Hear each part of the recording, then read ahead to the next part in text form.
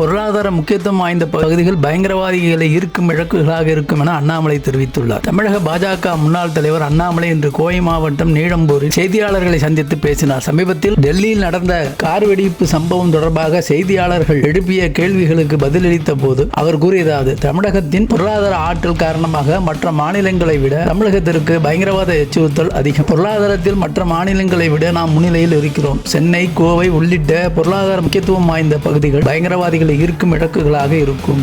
இந்த விஷயத்தில் அரசியல் கட்சிகள் தங்கள் சித்தாந்தங்களை தாண்டி ஒன்றிணைந்து இருக்க வேண்டும். தமிழகத்தை பொறுத்தவரை பயங்கரவாத அச்சுறுத்தல் விவகாரத்தில் முதலமைச்சர் தனி கவனம் செலுத்த வேண்டியது அவசியம். சிறப்பான அதிகாரிகள் எப்போதும் கண்காணிப்பு பணியில் இருக்க வேண்டும். அப்போதுதான் நீங்களும் நானும் பாதுகாப்பாக இருக்க முடியும். காஷ்மீர், டெல்லி உள்ளிட்ட பகுதிகள் பாகிஸ்தானுக்கு அருகில் இருக்கின்றன. டெல்லியில் நடந்த கார் வெடிப்பு சம்பவத்திற்கு புல்வாமாவுடன் நேரடியாக தொடர்பு இருக்கிறது. நாம் பாகிஸ்தான் எல்லையை விட்டு வெகு தூரத்தில் இருக்கிறோம். சர்வதேச எல்லை என்றால் இலங்கையை தவிர வேறு யாரும் இல்லை. டெல்லிக்கு இருக்கும் அச்சுறுத்தல் சென்னைக்கு இல்லை என்றாலும் கூட மற்ற மாநிலங்களை விட அதிக கவனத்துடன் இருக்க வேண்டிய அவசியம் இது தமிழகத்திற்கு இருக்கிறது. இவ்வாறு பாஜக முன்னாள் தலைவர் அண்ணாமலை அவர்கள் தெரிவித்தார். இது போன்ற செய்திகளுக்கு என் சேனலை சப்ஸ்கிரைப் பண்ணுங்க, சப்போர்ட் பண்ணுங்க.